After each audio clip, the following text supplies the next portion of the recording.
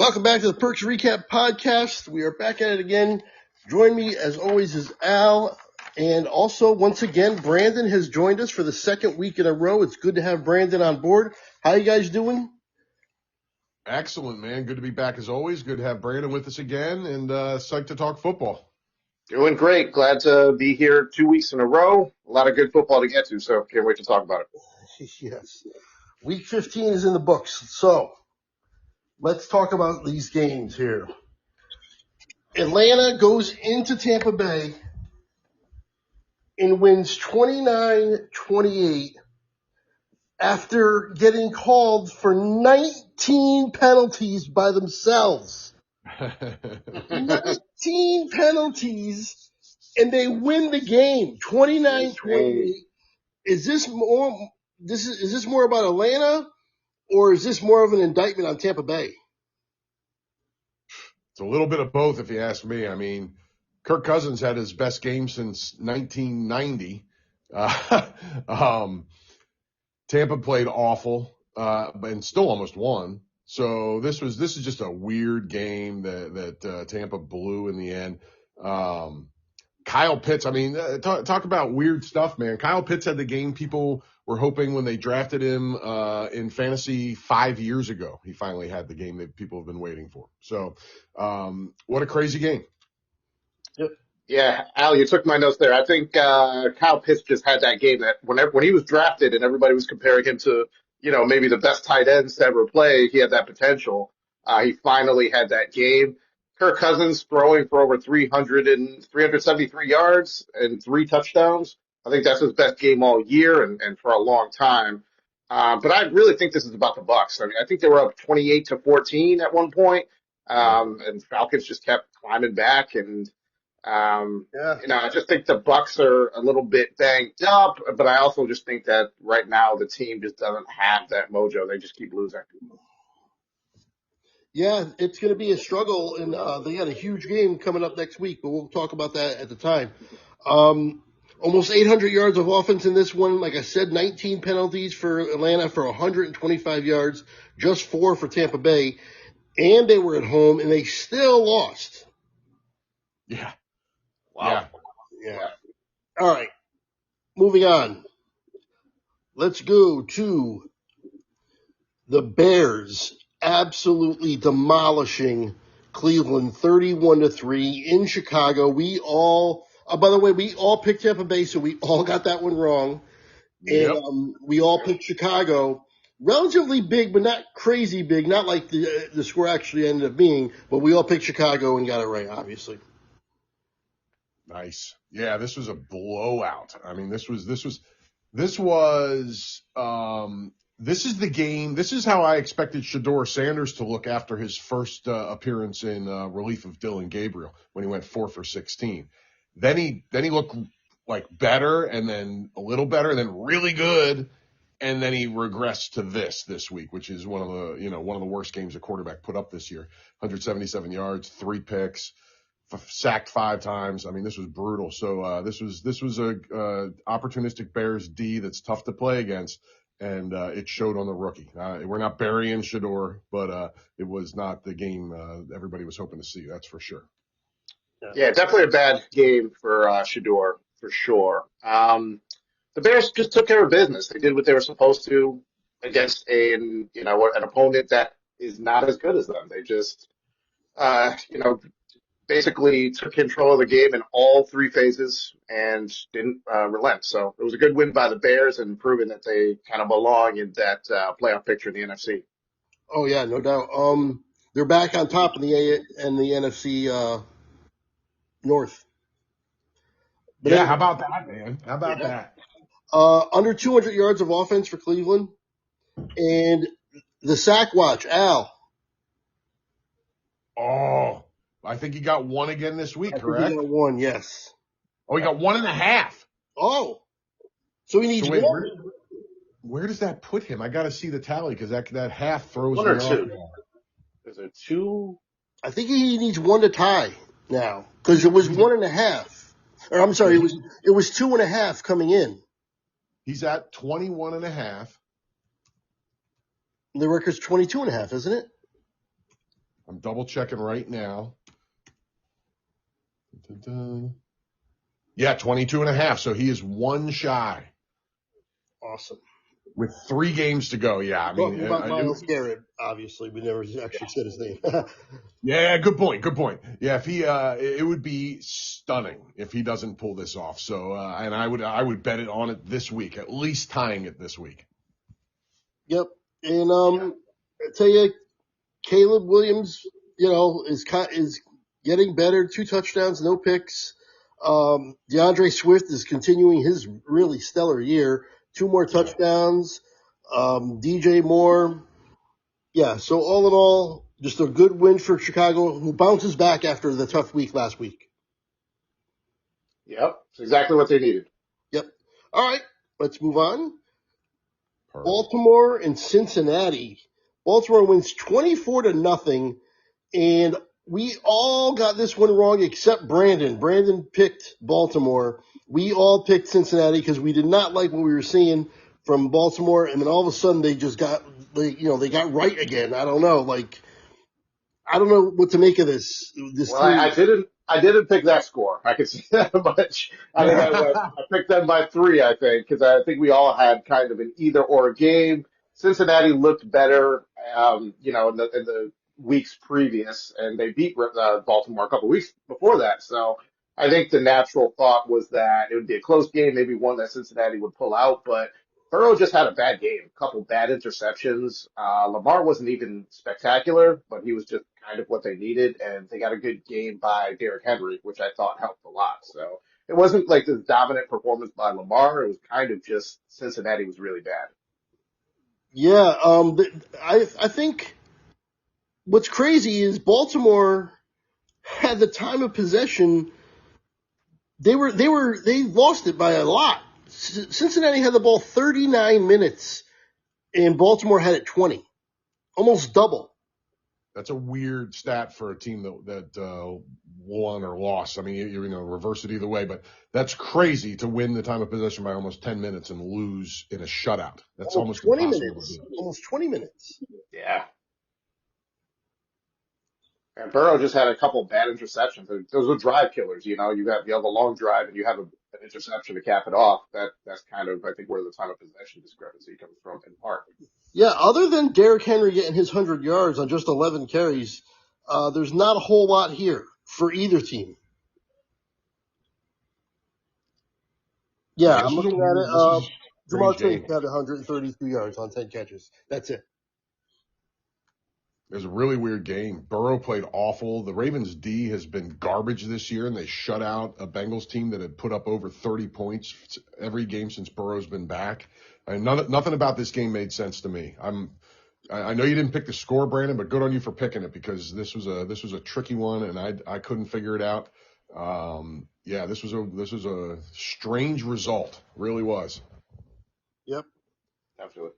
All right, let's go. We got to talk about it. There's something that's bigger than this game, but let's talk about the game first, then we'll get into the injury. Chargers 16, Chiefs 13. Now, in regards to the injury, we're not picking Kansas City anymore, I'm sure, but they are officially out of the playoffs, and we were talking about it every week. We can't trust Kansas City. We were going to be off of them. I actually was off of them and took the Chargers. You guys all got it wrong. You all picked Kansas City. But still, this was a low-scoring defensive game. Not really that great to watch, to be honest. I tried to watch some of it, but it was not really all that exciting to me. Not a lot going on really until the end when it got close, and then of course, Patrick Mahomes gets injured and has a torn ACL, and now is that a year? Is he going to be miss most of next year too? So we don't know what the timeline is going to be. Either way, go ahead, take it away. Al. Yeah, it was. Oh, sorry. Yeah, it was not a great game. I think Mahomes didn't play well before the injury. Herbert didn't really play that great. Defenses were pretty good, obviously.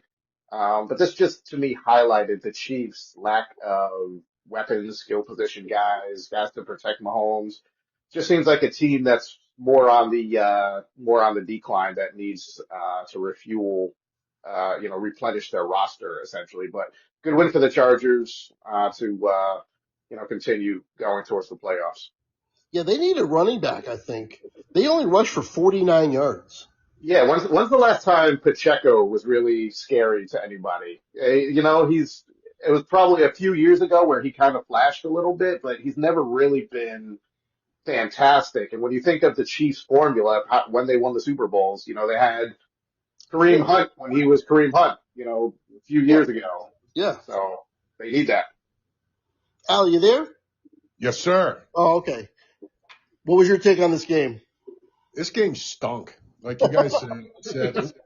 I mean, I was like, man, because there were other good games going on, but I was really trying to watch this one for a minute because it was like, man, I just can't imagine the Chiefs just whimpering right out of the playoffs, losing to a Chargers team who has been one of the least impressive good teams in football this year, I think, personally. Yeah. And their D's been playing pretty well. Their offense is okay, but especially with Herbert with the broken hand, they're not tearing it up offensively. And I thought for sure that the Chiefs could squeak this sucker out, but they didn't. And boy, that injury, it was a weird one, the way his leg kind of straightened and kind of inverted. But yeah, this puts the Chiefs out of their misery for this season and sets us up for a whole host of questions about what happens to this whole Chiefs era. I can't wait to see if they can figure it out and right the ship. I gotta think he's not going to be ready for the start of the year. Who knows, man? People come back from injuries so quick anymore. I wouldn't be surprised. I already saw an article saying he's targeting a week 1 return, but that's positive thinking from the player, so it doesn't mean anything. But there's been plenty of guys that get hurt at this time and are playing week 1 the next season, but I wouldn't bet on it. You know what I mean? So who knows? And there was a time when, Patrick Mahomes was considered a guy who could take a team through any roster changes, any ups and downs in situations, but he's not that guy anymore. He's not the dominant 4,500 yard Patrick Mahomes anymore. It's just strange to see. Yeah, here's the thing too: is the defense isn't quite as good, and also the offensive line has taken some hits too. Yeah, the roster to me just isn't quite as good as it had been in the past. There's no real. I mean, Rashee Rice is a great receiver, but took him a little bit. He had a couple of good games right at the beginning, but it seems like it took him a little bit to get adjusted. Kelsey's not Kelsey of the past. We already talked about the running game. So who's really scaring you on the offensive side? And as you said, the defense isn't as good either. So they just don't have as good of a roster. They just have to retool. Yep. It's going to be interesting to see. I mean, that being said, they still have the number 8 defense in football, and they've won Super Bowls with lesser Ds. So, and we were all talking 3 months ago about how when they get Rashee Rice back, now they have Rashee Rice, they have a number 1 draft pick in Xavier Worthy. Everybody was still thinking Pacheco might be good, but he's just, I don't know. Everything's just off because Pacheco had a heck of a rookie year. Everybody thought he was going to be good until the injuries. And then, and now we're all dismissing him, and understandably so, because his whole team is off. I don't know. I saw the end of the Andy Reid era in Philly, and there were other circumstances because he had some really serious personal stuff going on. But there was also kind of an end of the team, just like, how a coach just loses his effectiveness, even if he's one of the greatest coaches of all time, after a certain amount of time in a place. So I'm curious, man, if this can get righted with Andy and Mahomes. I'm really curious to see. Well, I think if either one of them go, it's going to be Andy. I don't think Mahomes is going anywhere. Oh, no doubt. I don't think Andy's going anywhere either. Right. But, yeah, it's fascinating. I'll tell you who I would get the heck out of there are some of these assistant coaches they have, especially Matt Nagy. I do not understand their love for Nagy. He proved what a problem he was in Chicago. And he has not exactly helped them return to prominence offensively since he's rejoined them as the offensive coordinator. So that's where I'd be looking number 1, but we'll see what they do. I don't know. Andy's a really loyal guy, so I doubt that'll happen. Okay, let's move on to a great one. Buffalo 35, New England 31. We all picked Buffalo. We all got it right. And they were down 21-0. And then Josh Allen once again put the Superman cape on. Incredible. He threw for 24 yards in the first half. Yeah. Finished with 181. James Cook had 107 yards and 2 touchdowns. He spread the ball around like you knew he would. Dawson Knox catches a couple touchdowns. But, I mean, I know the MVP conversation is around other people, and no one wants to give it 2 years in a row. But I don't think the true meaning of the word most valuable, it is Josh Allen. I don't know, man. Listen, I picked Josh Allen in the offseason. I love Josh Allen. It's hard to give it to anybody but Matt Stafford this year, man. I know. Yeah. I love Josh Allen, and I hear what you're saying, but the dude has 37 touchdowns and 5 picks. I'm not giving it to anybody else. that is awesome. Do you think that this game takes Drake May out of that conversation, or do you think he still could do something over these last few weeks? He'd have to really go off, I think. I agree with Craig. Yeah, because he really underperformed in this game, and it did not help their cause at all. And so I mean, I think he's down to a minimum of because for a long time now, it's been Stafford 1, May 2, and Josh Allen slowly working his way back up to number 3. I would put Josh Allen number 2 now. Yeah, I agree. This is the second week in a row where, like, I use that word, the Superman cape back on, because last week he did it. He can't, he took over, and this week down 21-0 brings his team all the way back. I mean, yeah, that is felt like this. Yeah, this felt like a statement win for the Bills. They needed this. The Patriots beat them the first time. They really needed that win over Patriots to get back in the AFC East conversation. But you just wonder how long Buffalo can do this. If they're really playing, Patriots are a really good defense, but if they're playing at Houston or some of these Denver, some of these other really good defenses, are they able to come back? I mean, Josh Allen is kind of proven that he can come back against anyone. So you might be able to, but it's a dangerous game for him to be playing, for them to be playing. I totally agree. Drake May did rush for 2 touchdowns, and the Patriots ran for 246 yards. That's surprising. Yeah. The Bills are a flawed D. They are not an awesome defense by any means. They're upper middle of the pack. You know what I mean? They're just outside the top 10. They're a very good team, but they have flaws. So they are far from perfect. That's a theme in the NFL this year. There's no perfect team in the NFL this year. And the Bills are one of the teams that can win this Super Bowl, no doubt about it. But they have flaws, and I won't be surprised if any playoff team takes them out either. So this is a fascinating deal. The Patriots are living on Drake May and their defense, and both of them had off games, and they still almost beat the Bills. You know what I mean? So it's a fascinating year. Yep. 168 yards on the ground for the Bills as well, so they ran the ball well as well, because James Cook is one of the upper echelon running backs now, I think. Yeah. Definitely. Okay. All right, Brandon, I'm just going to let you take it. Commanders 29, Giants 21. In both of my picks, you guys all picked one way, and I was the only one to go the other way, and both of them hit for me. Amazing. There you go. I picked Washington, and you all picked the Giants. Yeah, I thought this was an either-or game. Giants, as a fan, I can tell you they usually beat the Commanders, although these last couple of years haven't really fared well for them. No, you're right, though. You're right. The Commanders, for some reason, I remember during the Daniel Jones era, the Giants would only have a few handful of wins, but one of them or two of them was always against Washington. Yeah, Daniel Jones always dominated Washington for whatever reason. I don't know why. But Washington historically we've beaten Giants.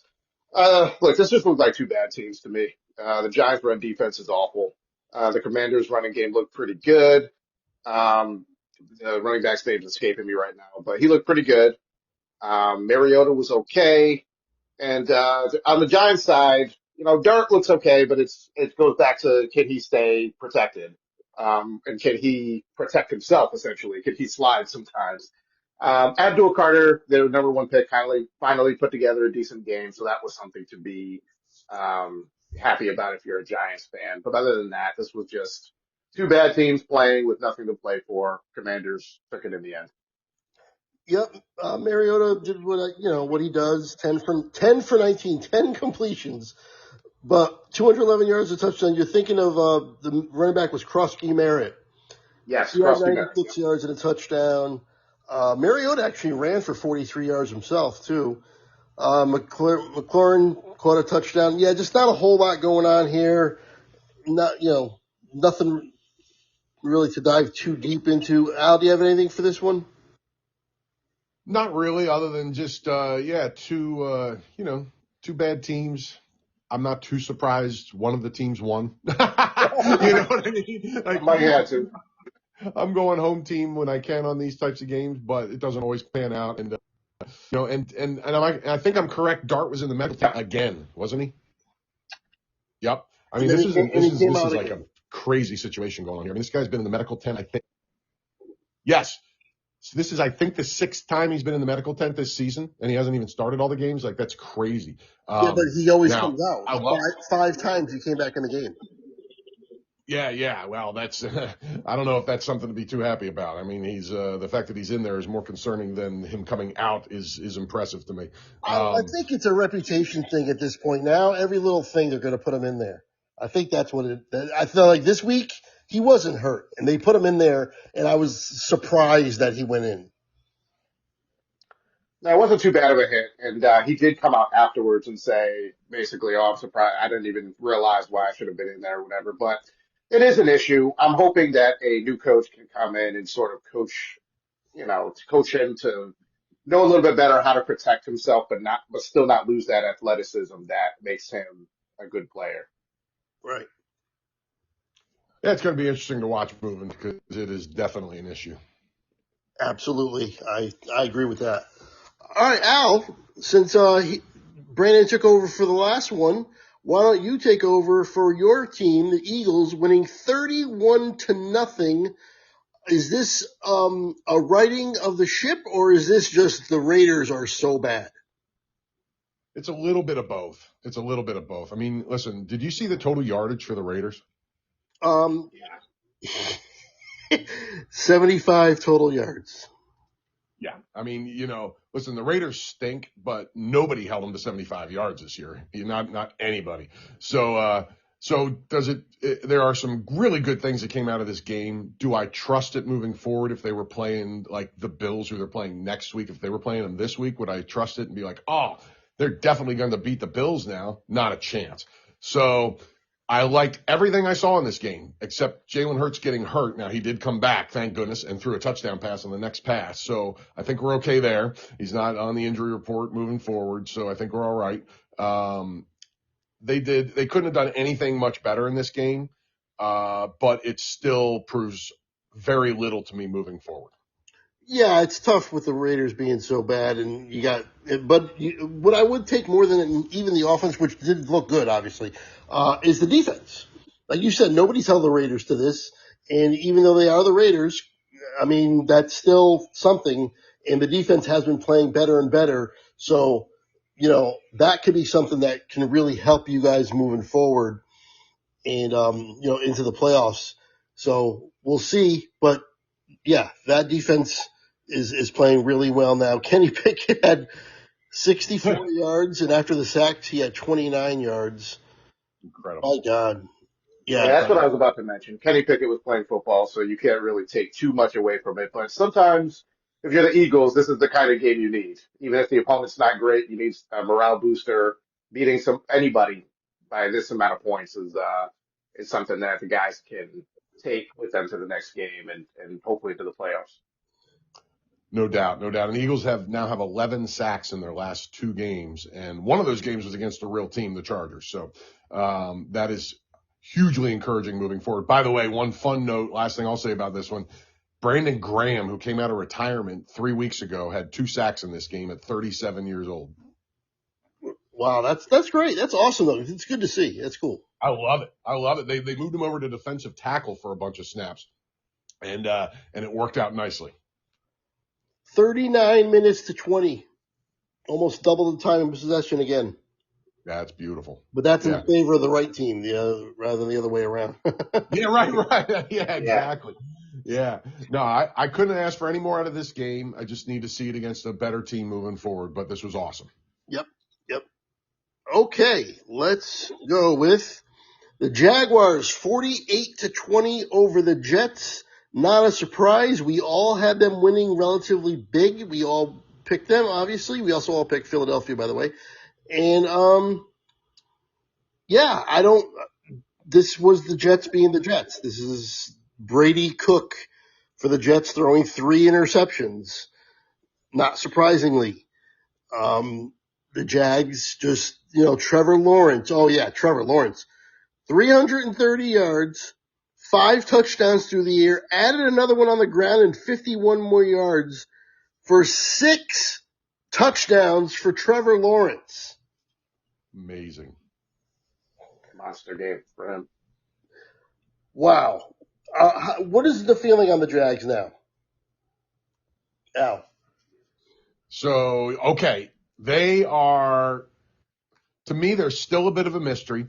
I love this game from Trevor Lawrence. I really do. However, I'm pulling up his stats right now. Check this out. After having a 6 touchdown and no turnover game, he is at 23 touchdowns and 11 picks for the year. It's not exactly tearing it up. No. He's one of the few starting quarterbacks left in the NFL that has a completion percentage under 60%, just under at 59.7. So he is in the middle of the pack at best at quarterback in this league, and he's going to need to be better than that against better teams. But I'm starting to believe, I'm not in love with them, but I'm starting to believe. So I can't wait to see who wins this division between them and the Texans because, when we were talking about both of those teams 2 months ago, it was not good. The Texans had a horrible start. Jaguars had a good start, bad middle, and have righted it again for the last month. This is a fascinating game, a fascinating performance by Trevor Lawrence. Like if he can finally establish himself as at least a plus quarterback in this league, it's huge for this team. I'm still not sure what to make of him. Brandon? Yeah, I think that I think the Jags are good. I wouldn't put them in the top echelon of the AFC, but I think they're good. I've got to see more from them. Really like what I saw from Etienne. It seemed like in the beginning of the season he was losing some carries to some of the other running backs. People thought maybe he would potentially lose that job at some point, but he got it done in the passing game. Yeah, he got it done in the passing game, so that was a great weapon for Trevor Lawrence, who I thought looked fantastic. So, and that defense obviously was good. So all around, I think the Jags looked great. As far as the Jets go, they're looking at the top of the draft in another quarterback. I don't think Brady Cook is getting it done. Yeah, I'm with you there. They have the equity to move it, though. Move up there. They have all those first-round picks. They have 2 this year, 3 next year. They can take a couple of those and move up to basically anywhere they want. Yep. All right. So we'll have to see about the Jags, but they are, let's, give them some of their flowers because they are 10-4, and that's no joke. No doubt, man. That's why I have to say I'm starting to believe a little bit. I'm with Brandon. I wouldn't pick them against any of the teams that would be seeded over them in the AFC right now. I don't care even if they were at home, which it wouldn't be, but even if they were at home, I don't think I'd pick them. However, I wouldn't be stunned if they won, and I'm starting to believe a little bit more and a little bit more. You mentioned the quarterback situation, and I want to throw this out there because one of the most fascinating people at ESPN to me, the fact that he still has a job to me, is Mike Tannenbaum, who I thought was a garbage GM and I think is pretty bad as on ESPN. And he threw out, as we were sitting here, this is why Mike Tannenbaum will never be a GM again. He threw out the idea that if the Giants end up with the number 1 pick, they should trade Jackson Dart and draft Fernando Mendoza. No. Yeah, that's idiotic. Absolutely not. The guy's a tool. I don't understand his whole career. Wow. Huh. All right. Well, the other team in that division that's going to be fighting for it, and they are one game behind Jacksonville at 9-5, is the Texans. Also playing a bad team, also at home, also scored 40 points. Although Jacksonville had 48, they had 40 to 20 over Arizona. We all picked this one as well. Arizona is playing out the string. They are really bad. They are now 3-11. I thought they would be better than that this year. Not a whole lot better, but not this bad. McBride gave them a good game, 2 touchdowns, 130 yards. But the Texans took care of business here, and this showdown with them and Jacksonville, there's one coming up, isn't there? Or am I wrong on that? Is that the one I keep getting wrong? Oh yeah, I think we said that last week. And it was Yeah. they already played twice. I keep getting it wrong. Either way, Yeah. the division will be fun to see who comes out on top. Yeah. If the playoffs were today and the Texans and Jacksonville were playing, I think I would slightly lean towards the Texans. And part of that is because I like what they did offensively in this game. I think CJ Stroud is starting to look better. Their running game is good and going. Woody Marks gets injured, and their backup running back Jordan, he just slots in and has 100 yards. I think they have a good offensive line. I think they're just a team that you do not want to play in the playoffs as of right now because they have a top tier defense. And as far as Arizona, as you said, McBride, I feel like is the lone good spot in that on that team over the year. Harrison has been out for a number of games and really hasn't looked that impressive. Say for a couple of weeks. Connor has been out, so like I think that the Cardinals are looking towards next year and hoping to improve that team. Texans, I think, are going in the right direction.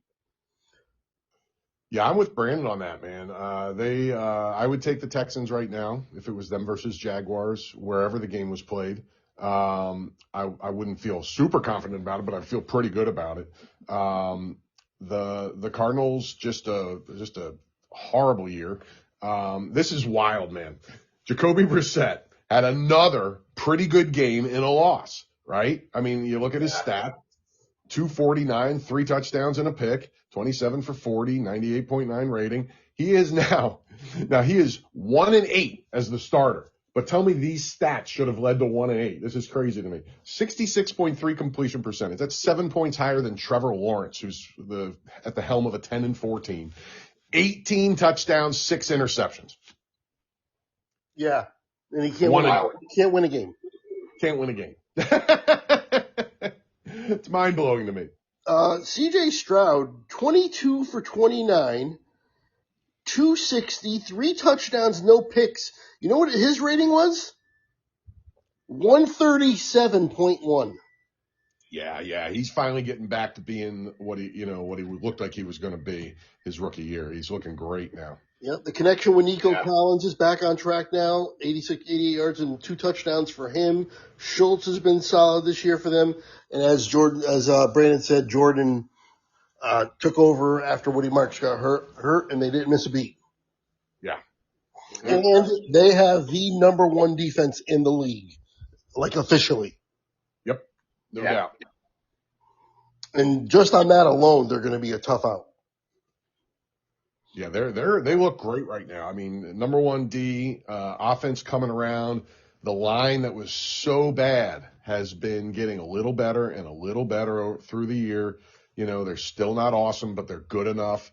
Kind of, one of those themes we've been talking about with different units on different teams this year. And the Texans are pulling it off. Their Achilles heel has turned into, while not a strength, not something that's killing them every game now. So, they are heading into the playoffs looking like a really interesting team. And I still think they're going to come out of this with that division. We'll see. Yeah, I wouldn't be surprised. Okay. Another big game here. Denver at home against Green Bay gets the win 34-26. This was a good game. But Denver is, what is this now? 12 in a row? think 11. Let me 11 in a 11. row. Yeah. Yeah, that's not to be trifled with. 11 in a row there, and they also have one of the best defenses in the league. And Green Bay is still good. I still think they're going to be, a force to be reckoned with in the playoffs and stuff, and they're going to make it. But I think they're going to make it, maybe. But now they have these injuries, and so maybe they won't make it. Actually, now that I think about it more, Micah Parsons tears his ACL, and Watson also got hurt. A couple other people got hurt. So they're dealing with injuries now at the worst time of the year. Obviously, Parsons is going until next year. But for Denver, this is great. They're flying high. They have the number one seed now in the AFC, I believe. Yeah, absolutely. Yep. Yep. So, what do you guys think of this game?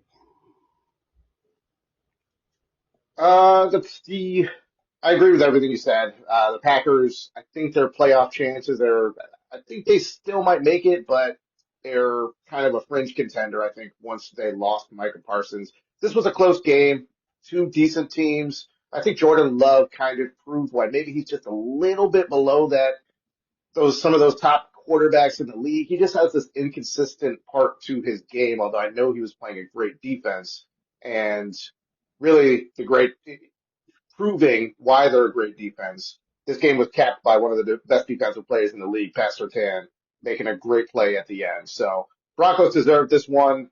I think they're one of the best teams in the league, and I think they're playing really good ball and kind of prove why they have won 11 straight. Yeah, Bo Nix, 302 yards, 4 touchdowns, no picks, and that Yeah, great rating game is by Bo also Nix too. 134.7 rating. Yep. Yep. That was a beautiful game by him. Yeah, this was an awesome game by Denver. They've been kind of overlooked a little, I think. I mean, I've had them number one in my power rankings for a couple of weeks now, and a lot of people had the Patriots over them. And I'm talking media and everybody, not just in our crew. And I got it, but to me it was, I mean, Denver. The one thing you didn't hear about Denver ever was they have a powder puff schedule. And they just are knocking people out, man. So.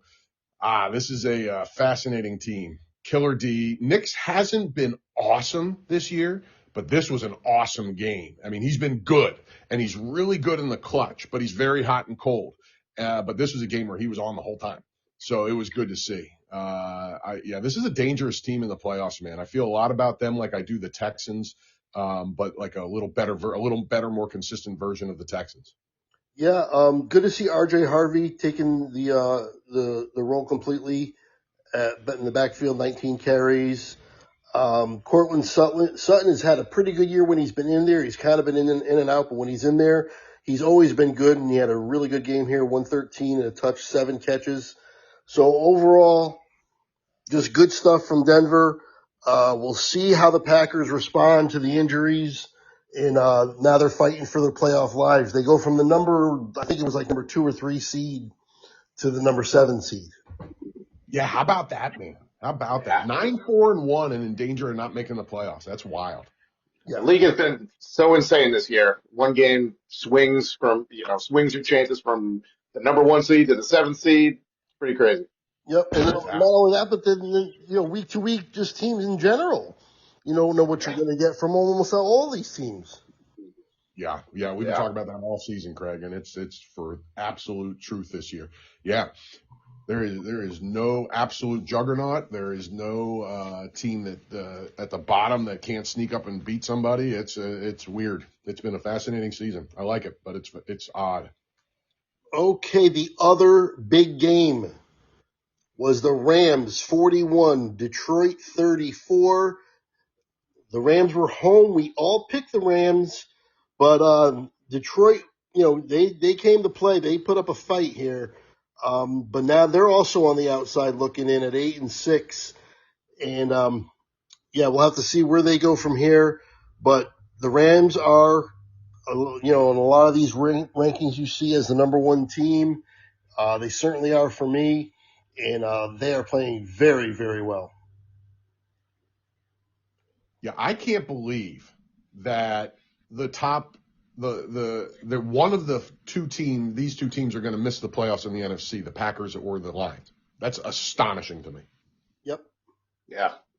The Rams had 500 yards of offense, by the way. Yeah. That's great. Yeah, Stafford 368, 2 touchdowns, a pick. Kyron Williams had 2 touchdowns, 78 yards. The other running back, that kid Corum is really good too, 71 yards and a touchdown. So they've got a nice duo back there. Puka, 181 yards. Colby Parkinson had 2 touchdowns coming out of the tight end spot. Although that last touchdown was not a touchdown, but whatever. I agree. They probably would have scored anyway. But regardless, the Rams took care of business against a good team and a really good win here. This was one of a few games this week where there was a really good defensive play right in the beginning. The Rams driving down the field. The Lions, Aiden Hutchinson gets a really good pick. I think they ended up on like the 20-yard line. They scored a touchdown. You think maybe the Rams are a little bit out of sorts. Rams come right down. As you said, got 500 yards of offense, do what they need to do. It was just a really good game to watch. But I A don't lot of know fun, if a lot of there's, fun. yeah, I don't know if there's a path for the Lions to the playoffs, as we said, but they're still a really good team, I think. Absolutely. Now, if you want to know the real reason, or one of the big reasons why they were able to win, because the Detroit's probably, you would think, probably the best back in the league, or one of them, Jahmyr Gibbs, has 38 yards on 2.9 yards per carry. And when that happens, Detroit really, really struggles. Yeah, that's big. Putting the muzzle on Gibbs is huge. No doubt about it. It's very hard to do. That's Yep. incredibly hard to do. Gibbs is awesome. And that being said, they still scored 34 points. So, if you give Gibbs his normal game, they're going to score 50. You know what I mean? Yeah, exactly. Yeah. Yep. Goff still had a good game through over 300 yards, 330. Amon-Ra St. Brown had 164 yards. Jamison Williams had 134. They had 18 catches between them. No, they had 20 catches between them. Yeah, that's beastly. Absolutely. 3 touchdowns. So they had big games, and even with Gibbs, there was enough offense there, but the Rams focused on Gibbs, and when they got the ball, they could not be stopped. Yeah, this was, like you guys said, this was a really fun game between 2 good teams and one really good team. And I just can't believe the Lions might not make the playoffs. That's blowing my mind because they've been very up and down, but they're so much fun to watch. And when they are on, they're incredible. And they lost by 7 points to a team that a lot of people think is the best team in football. So this is how good they are, and they might be at home for the playoffs, which blows my freaking mind. But a heck of a game, really fun to watch. And that Rams offense is near impossible to stop. Their defense is decent. It's not great. It's middle of the pack, but it's good enough with an offense that can put up 40 any given week. Yep. Okay. In a game that had 20 penalties, which I hate, New Orleans 20, Carolina 17. Carolina, me and Al got it wrong. You and Joe Brandon got it right. You both picked New Orleans. On the Carolina side, they are just wildly inconsistent. One week they beat Atlanta 38-0 or whatever that was, and they beat all these teams that they shouldn't beat and to surprise you. And overall, their record's not bad. They're contending for the division. But then they throw in these clunkers, and it's like, what the heck? And once again, it was another clunker. And on the other side, though, on the Saints side, they might have found their quarterback. They might not be looking for a quarterback. What do you guys think about Shuck? Yeah, Shuck played well. And I think he's getting better every week or as the season has gone on. And so I think they have a potential starting quarterback in the league. I think he's been playing pretty well. And as you said, I have in my notes the Jekyll and Hyde Panthers. I can't get a read on what team is showing up each week. And I think part of that is because Bryce himself is inconsistent. And week he'll have a really good week, and then another week it's just he's not able to find any open receivers. So I just don't think they are good. They're going to probably or if they might make the playoffs just because of how bad their division is. But I just don't think that they can really make any noise going far. No, they're going to be one and done. Yeah. Yeah, I completely agree. If they make the playoffs, I agree. Absolutely. Yeah, they're just, they are one of the poster children for this NFL season. No doubt about it. The Saints have been playing a lot better since Chuck became the starter, but no reasonable playoff team should lose to the New Orleans Saints. And this team did. And, like Brandon said, Bryce Young is the epitome of up and down, man. I mean, this dude's season has been, he just not more, what was it? Last week or 2 weeks ago, he threw for 5 touchdowns and no picks. Yeah, I feel like you can see it too. Right in the beginning, you can see if he has confidence or not. And I just think that's rough for a team to go through when you don't know how your quarterback's going to play. How about this for a rookie quarterback? Shuck went 24 for 32, 272 yards, a touchdown, and no picks, and then ran for another 32. Yeah, man. It's a No, good game. his stat lines are very much like Jackson Dart, actually. It's their rookie seasons have been, other than the injury stuff, has been very similar. Two exciting young quarterbacks, and I'm fascinated. Like he does only, he has 6 touchdowns and 5 interceptions so far. So it's not like he's like planted a flag and said, I'm here forever. But there's a lot of good stuff going on with him, and I like him. And It's going to be interesting to see what New Orleans does in terms of the draft, and are they going to bring in somebody else or not? Yeah, I'd be kind of surprised at this point unless Shuck plays really like much more poorly going down this home stretch. It's not like there's anybody out there this year that anybody thinks is the next Dan Marino. There are 4 or 5 guys that may end up in the first round, but nobody is saying there's the next whoever this year. You know what I mean? And it very well could end up there. There's been plenty of predictions that sound like that, and you do get the next whoever. But right now, it doesn't look like it. So, or at least that the consensus isn't thinking that that's going to be the case. So I can't wait to see what they do. I would bet right now that they're not going to take a quarterback and they're going to roll a Shuck, but let's see how the rest of the season plays out, and then we'll have a better idea. Yeah, I would agree with that.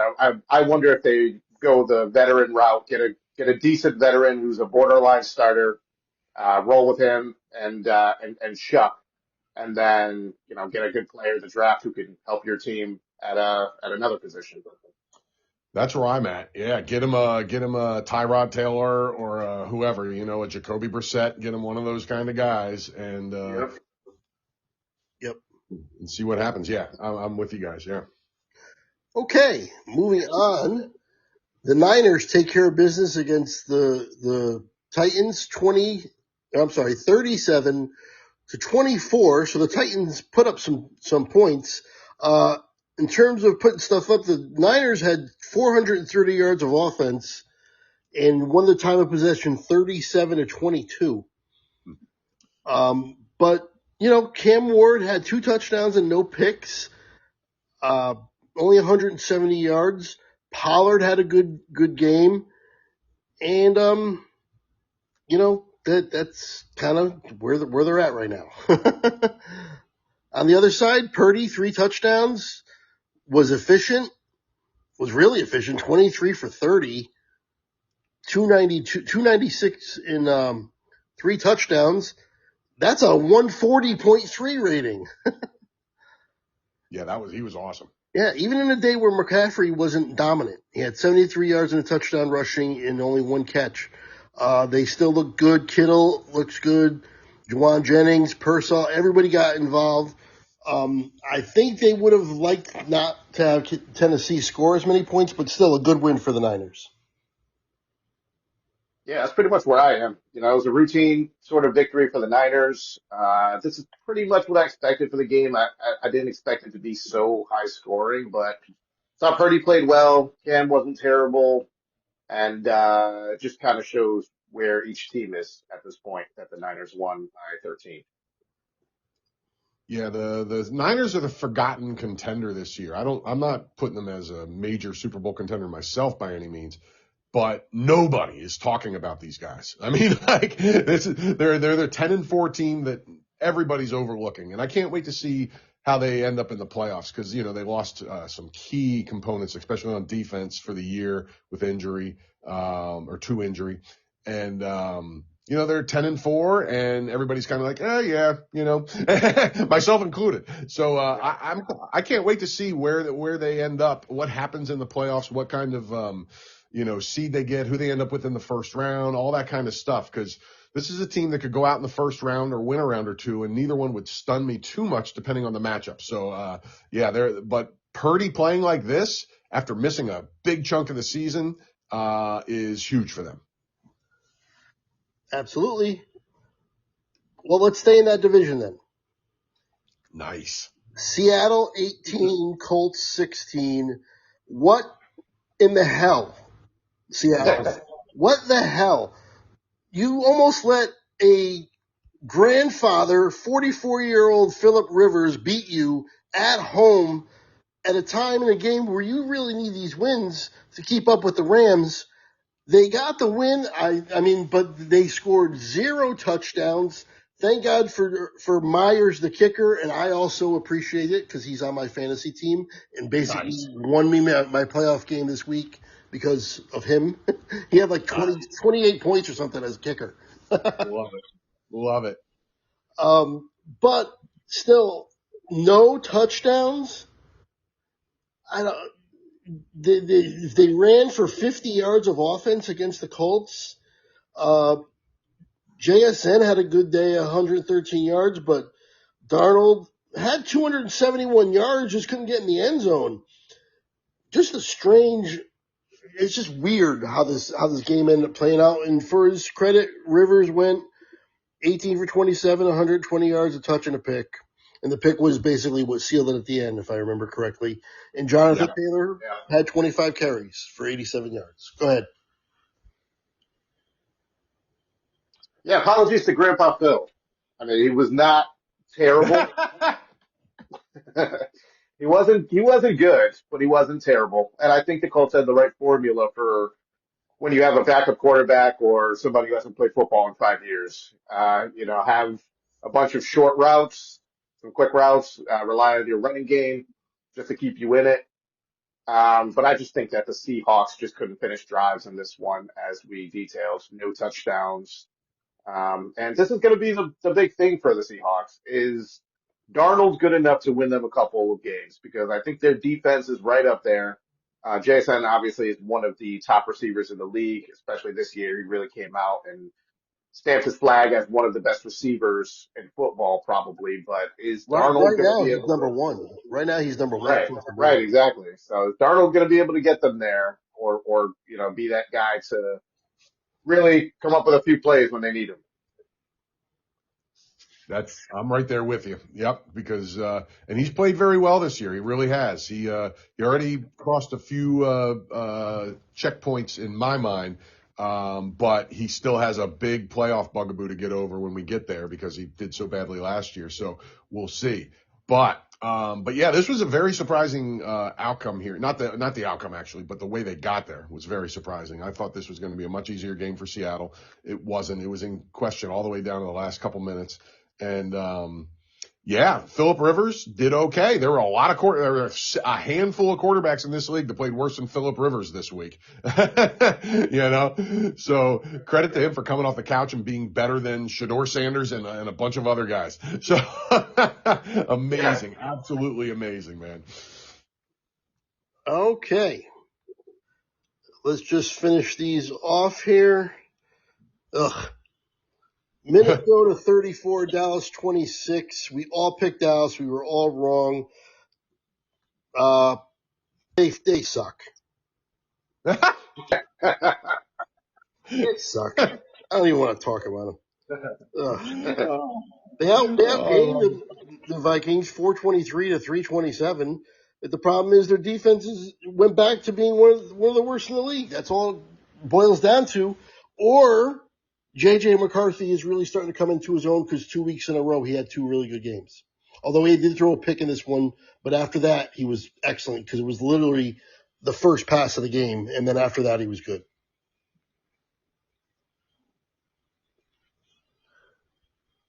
Yeah, it was a weird, disjointed game. I feel Yeah. like the Vikings kind of made the plays that matters. The Cowboys had that, I think, trick play or whatever. That was kind of weird, if I can Yeah. remember correctly. Um, Yeah, they had the field goal. Brandon Aubrey ran for a first down on like 3rd and 12 or something. yeah, which Yeah. was probably his best play of the game, right? Because Aubrey had a bad, he had Yeah, a bad Aubrey day. is human. Aubrey, by the way, I noticed this a couple weeks ago that he was starting to really barely squeak in a lot of these kicks. And I was like, Yeah, something might be up. And then now he's missed 3 the past 2 weeks. One last week, uh, uh, yeah, one last week, 2 this week.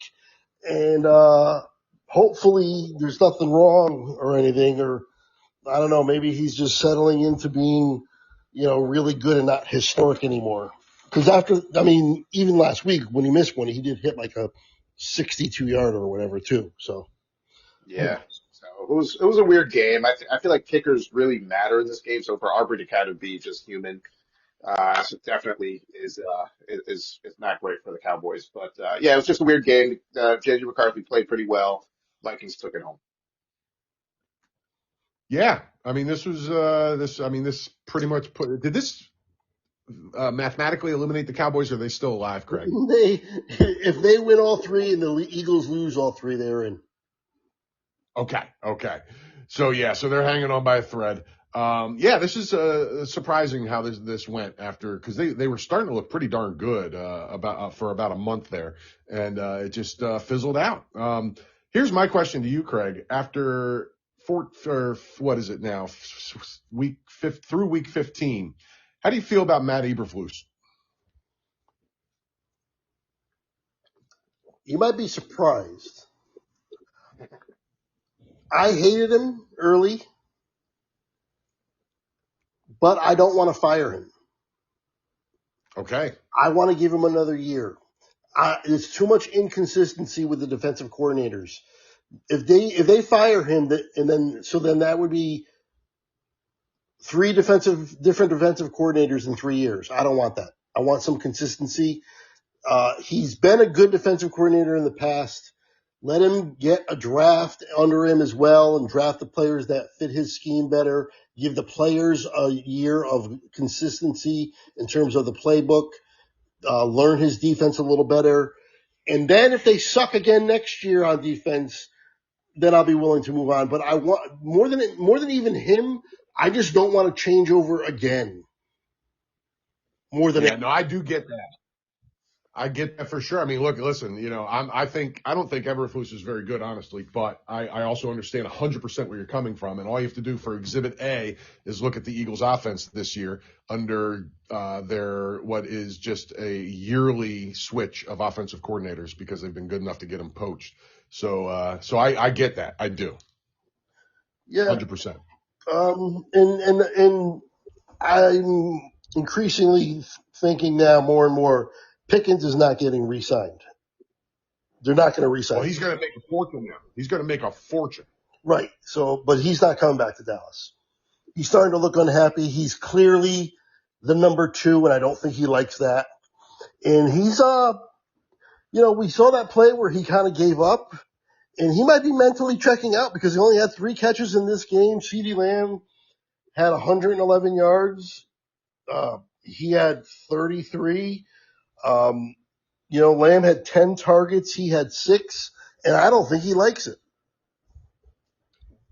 Well, listen, we talked about that when they got him. He's definitely a head case. I mean, look at his time in Pittsburgh was all over the dang map, and they've gotten more than they could have ever asked for out of that Right. that So trade. overall, I'm glad they got him. It was a fun year with him, but assuming they don't re-sign him, I'm fine with it. Right on. The best games definitely were when CD was out, and that's probably when he was the most happy too. Yeah, So, because he was the man. yep. Well, you ought to send CD like the agent portion of the check he signs in the contract he signs in the offseason, because him missing those games made he's going to get a number one big time contract because of that. Yeah, it'll be interesting to see where he goes. It's going to be fascinating to see, man. And whoever signs him better make him the number one. Absolutely. Can you imagine if the Colts go for it again next year and they sign him? Oh, that's a good one. That's a good one right I there. could see him going to the Colts. I kind of like that. Yeah, that's a pick for me. All right. Let's see.